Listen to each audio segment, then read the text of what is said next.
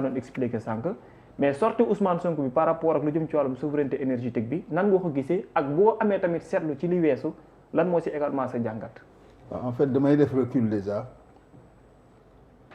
pour commencer ce matin quand Mohamed m'a informé que ni fi nekk ñii laa war nekkal ci plateau Samba Tall Moussa Ndir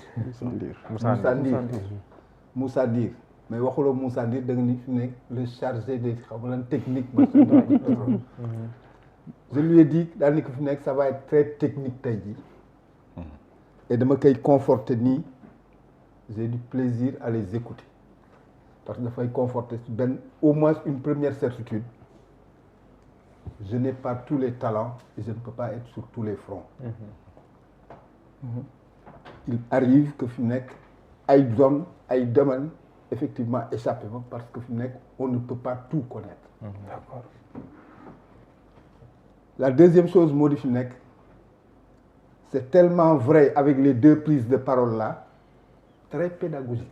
c'est-à-dire que fi mu nekk tey jii sénégalais yu comprendre woon daanu comprendre parce que c'est très très clair c'est très pédagogique damay am impression que ni fi nekk comme ni ñu koy waxee ci football damay décrassage lay def D'accord. c'est-à-dire réellement je suis en décrassage et je suis en train d'apprendre des choses yoo xam ni am na nu mu doon demee du ma ko xam il faut imaginer et même avoir assurance que ni 15 millions de Sénégalais tey jii avec cette émission là daañu xam nu mu demee daañu leen firi daañu lekk leen c'est cela aussi qui donne du sens à banc public man dans toutes ces prises de parole là de Ndir ak comme de Samba Tall damay wax ni fi nekk et les Sénégalais dans tout ça c'est une question et les Sénégalais dans tout ça parce que c'est bien beau effectivement de dire que ni am nañu teranga am nañu njortu teranga am nañu yaakaar teranga ak mel noonu yëpp les Sénégalais qu'est-ce qu'ils peuvent réellement attendre et qu'est-ce qu'ils doivent attendre pour que li Ousmane Sonko wax mu commencé depuis 2018 avec pétrole et gaz chronique d'une spoliation avortée je crois 2016 waaw 2016 Sénégalais yi lan la ñu mën a xaar ak lan la ñu mën a yaakaar yan raison la ñu am pour dire que ni fi nekk la souveraineté parce qu'elle est plurielle Samba wax na ko léegi il y a la souveraineté comme globalité mais il y a les souverainetés souveraineté énergétique boobu nan la ñu war a def pour dire simplement que ni quelque part ceux qui doutaient doivent à la limite avoir assurance que ni Ousmane Sonko ne racontait pas d'histoire tey jii on est dans cette dynamique là et à la limite damay am yaakaar ni ne serait-ce que ces histoires de yaakaar qu'on se réapproprie devraient être des occasions pour que Sénégalais bu nekk wane boppam ak fan la toll ak fan la ko Sénégal toll je crois que ça doit être le combat de tout le monde parce que considérer naa que ni fi nekk ceux-là qui sont au pouvoir comme ceux-là qui se disent opposants à ce pouvoir-là il y a à la limite un parti une idéologie et des militants qui doivent les rassembler moo di fi nekk le parti ça va être le Sénégal mais ñoom les militants ça doit être les Sénégalais d'ici et de la diaspora et jusqu'à preuve du contraire mënuloo toog comme Samba caricatural man ñu ko wax mais c'est une réalité effectivement Mohamed day bëgg egg fee mu wóor la ni askanu Sénégal daan ci bénéficier gars yi di ñaan pour Mohamed bañ a egg c'est aussi simple que ça c'est-à-dire que tey jii dafa am ay objectifs yoo xam ni ça doit être des objectifs yoo xam ni consensus day am même de façon tacite waaw tey jii am na ñoo xam ne dañuy contester par exemple daal ni lii waru fi am nga xam ni ñii bokkuñ ci mais par exemple man j'ai lu ku mel ni Madiambal Diagne mu ne voilà ñi ne woon dañuy dem ba noppi donc annonce bi il n'y a rien d'historique dans ça. waaw mais il y a aussi d'autres opposants yu wax ne que le premier ministre li mu wax nii daf koo wax nii rek. xam mais en réalité il n'y a pas de prouesse parce que ñee ne woon dañuy dem ba noppi. Samba wax na ko léegi lu ni fàng kenn du ko jeex. wallaay beneen affaire nag am na moo di le Sénégal est un monde nag Mohamed. et dans un monde école yu baax ñi baaxul sax yi nga xam dañ cee gën dañoo il faut de tout pour faire un monde. wala du noonu. à tel point que fi mu nekk mu am ñoo xam seen gémmiñ day naaj. mais dafa bokk ci Sénégal il faut que ñu toog di wax ay wóor na la fi nekk en leur âme et conscience bu ñu wéeteeg seen bopp daañu xam ni fi nekk boo waruñ sax xool seen bopp ci miroir parce que ils racontent des histoires mais puisque beaucoup de gens dañu jël ay cahier de charge yi bootu ñu leen di weccee va savoir ñaata somme la wala yu demee noonu yooyu wala ñaata prébande situation de rente la et cetera yu mel noonu yooyu il faut imaginer que ni par rapport à ce genre de personnes là dafay baax ku mel ne Ndir dafay baax ku Samba Tall effectivement di génn assez régulièrement bés bu nekk sànq rek suba wax naa ko à partir d'un poste de Bodian Waly Diouf Bodian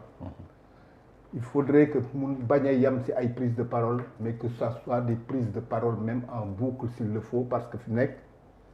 la bête est encore bien vivante dans le pays malheureusement et à la limite elle ne désarme pas et elle n'est pas prête à désarmer. C'est une manière de dire que fi nekk il n'y a pas d'euphorie ay Ousmane Sonko a fait ceci machin chouette etc. Il faut imaginer qu'avec cette histoire de bloc Teranga, machin, chouette, etc., et d'autres choses encore qui vont être renégociées positivement, il va falloir continuer à se battre parce que effectivement, nous qui barrons de ce qu'on appelle en philosophie des réflexes de conservation. Am na ñoo xam ba heure bi inshallah bu doon def 5 ans itam nguur gi warul toog parce que fi mu nekk ñoom ñoo ko yelloo xëy na et cetera. C'est-à-dire que en fait vous devez être tout le temps dans une permanence de bataille parce qu'une conquête n'est jamais acquise, une conquête doit être pérennisée et à la limite aussi loolu mooy indi ñuy wax des brins de souveraineté et n'importe quoi. Je crois que fi mu nekk yooyu lañ toll. mais lii quand même est-ce que mën nañ ko jël comme un trophée de guerre si loo xam ne ni bon xamaguñu nan lañ siy demee les fruits ce n'est pas dans une guerre à accomplir. Oui. Chaque bataille que l'on remporte est une raison de continuer à se battre et à espérer que daa egg jusqu'au bout. C'est-à-dire que fi mu nekk tey jii il faut aller jusqu'au bout de ce combat-là. D'autant plus que nag c'est un barreau d'honneur, ça engage effectivement nos souverainetés et la fin de toutes les servilités. D'accord. Coow renégociation yi. ñu bëri jàppoon nañ ne que c'était un pari risqué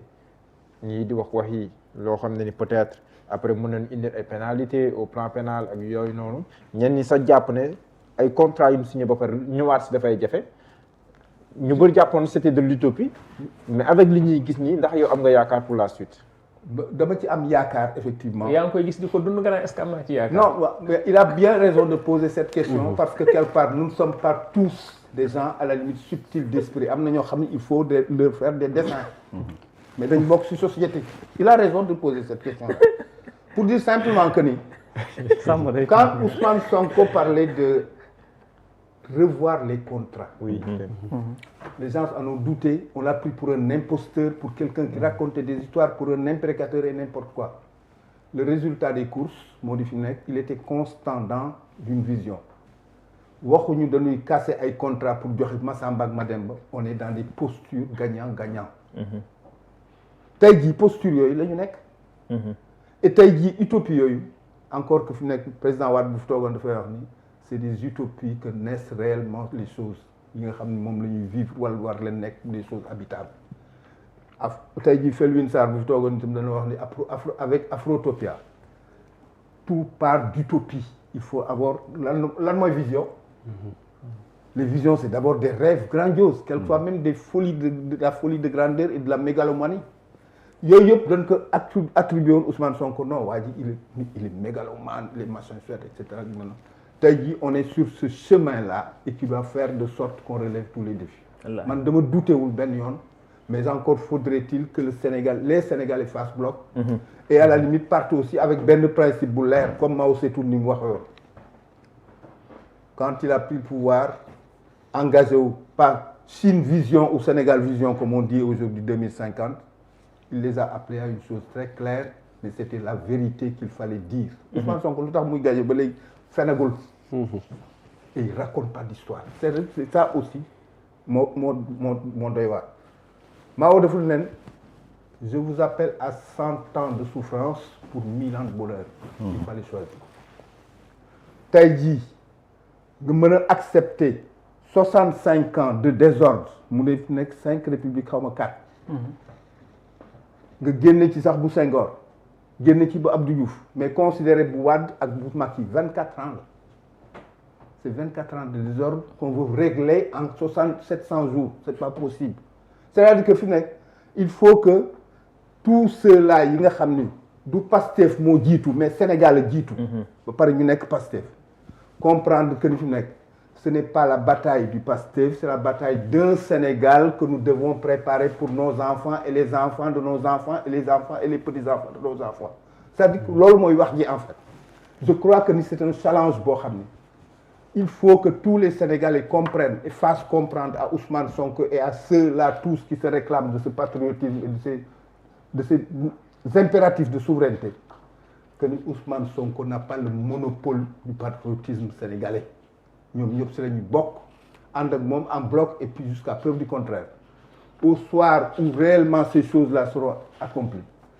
du fëgg dënnam ce sont les Sénégalais qui le feront à sa place c'est-à-dire que loolu mooy wax man fi mu nekk tey dama mais nag li Ousmane Sonko def àgg fii mun na koo bañal ñeneen ñi sur les questions pétrolières et gazières oui moom da doon contesté bu bind sax téere Birame ngeen moom dina si ñëw mun naan donc moom ni mu def ba ak ci fii mun na koo bañal ñeneen ñi bu ñu jàppee ne ñoom seen doxalin si wàll yi ñeneen ñi mooy les opposants bu ñu jàppee ne seen doxalin si wàll aussi am nañ droit bind livre am nañ droit critiquer mais kenn interview wu ko c'est-à-dire que fi nekk on m'a interpellé bërkaat yi dem si affaire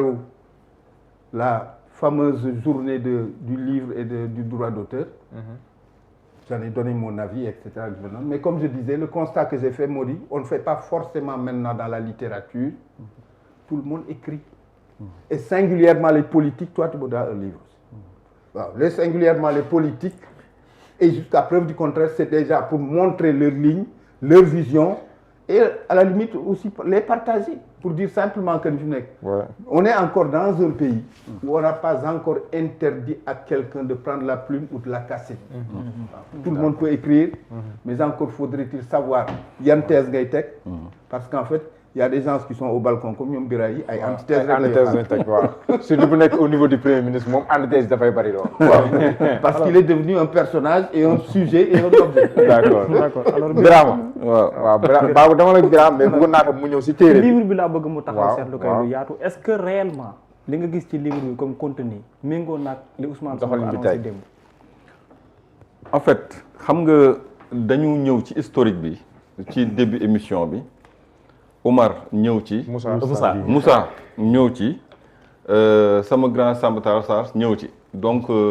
historique boobu du ma ci dellu si waat parce que livre bi boo xoolee wax naa leen bi mu koy bind en 2016 moment